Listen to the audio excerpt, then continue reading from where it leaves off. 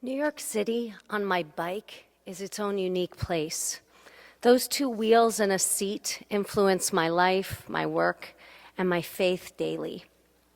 My morning ride to work takes me along a regular route. I pedal through different neighborhoods, past hospitals and rehab centers, monuments and museums. On my way, I trade greetings with my favorite crossing guards and a coffee cart man, and I wave hello to a local trainer through his gym window. I pass doormen and drivers and dog walkers.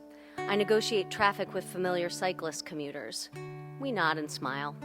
I playfully chide one regular when he tells me he has 5 helmets, but always manages to forget to wear one. The daily journey is a reminder that I hum and flow with others in this sea of humanity. We are different, but we are all God's wondrous creations.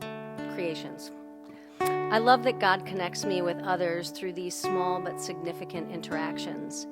I get to see the world as I participate in it, and I can't deny that I am part of something much bigger. As I lock up my bike and enter our school building, I feel ready to connect in an even deeper way with those wondrous middle school creations. After work, when I cycle into Central Park, I focus more deliberately on my connection with God. I raise my hands off the bars and above my head in victory, and I exhale a prayer of thanks for another miracle of a day. I thank God for my breath, for the oxygen pumping through me, for the strength in my legs. I give thanks for the natural beauty surrounding me. I reflect and give thanks for the successes of the day, but also ask for the chance to do better tomorrow. Thank God for tomorrow. But now, Jesus didn't ride a bike, although I would love that story. But Jesus balanced time away from others in prayer and time connected and in service to God. I'm grateful that my bicycle offers me even a fraction of that balance and connection.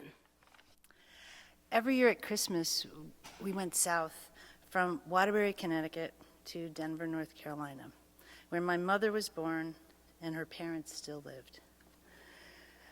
My parents put us in our feet pajamas, put down the back seat of the baby blue Peugeot station wagon, threw in a bunch of flannel-lined sleeping bags.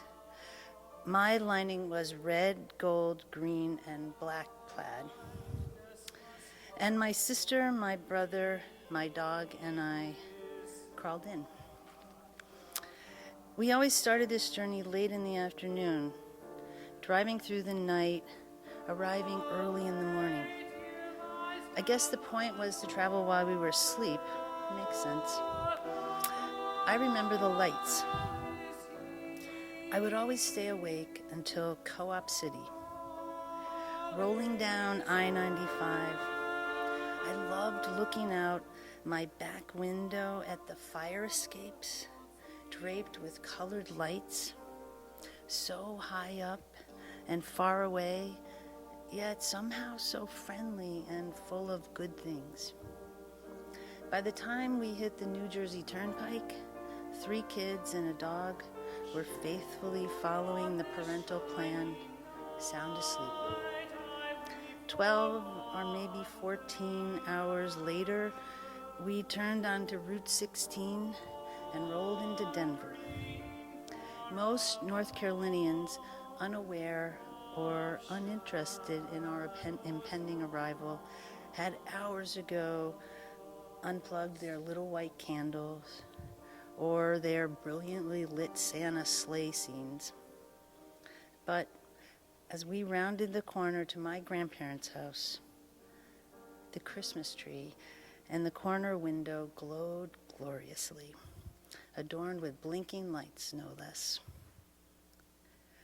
Jesus was born in Bethlehem, and a bunch of people climbed on their camels and went there too, guided by gloriously glowing, maybe even blinking stars, because they wanted to connect, or maybe reconnect, to what mattered.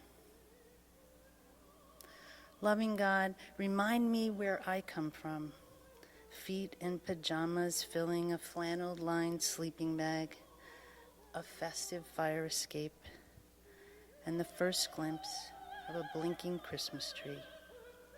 Remind me where I come from, and remind me what matters.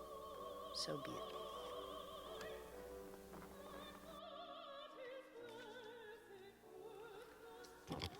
My Facebook friends think I am traveling all the time. That's not true, unless you count my travel to other people's homes around New York City, as I can sit for them. Last week, I was at my friend's place in Harlem, feeding and entertaining her cat. In a couple of days, my friend's bed became so familiar to me, giving me a strange sense of home. There was nothing that reminded me of my home per se in her apartment, but the warmth of the blanket made me feel safe to dream about tomorrow, to pray for world peace. On weekends, through the large window, which was a major source of draft, I could see children play, people, young and old, hang out in the sunny spot. On weekdays, I saw there was a routine in the morning as people go to work and a couple of yellow school buses parked. Somehow, these activities, kids getting on the bus, for example, looked very foreign to me. It may be because I was not a part of that routine. I was not a member of the community. I was just an observer from a room. I was getting so comfortable in my friend's apartment. I was feeling at home, yet feeling awkward at the same time. Feeling awkward is not a bad thing. It gives me a sense of awareness where I am and who I am. I don't attach myself to a place. I just pray God will send me to good places, and I usually end up with cute cats. Dear Lord, help me be a part of a community who provide a radical welcome to anyone who seeks to come. Nurture me so I can become connected to a vine of life. Amen. I now send you out. Think of the places that we have been hearing about: Nazareth and Galilee, Bethlehem and Judea, the hill country where Mary and Elizabeth come together. Think about the other places we have been hearing about, people's places, precious places, places indelibly etched in memory. Think about your own places where you have come from. And finally, into God's hands, let us commit the places we are called to go tonight and for the rest of our lives. Go with God, and may God's blessings richly adorn you on your journey. Amen and amen. And don't go without passing a bit of peace to somebody near you or far away. Peace be with you.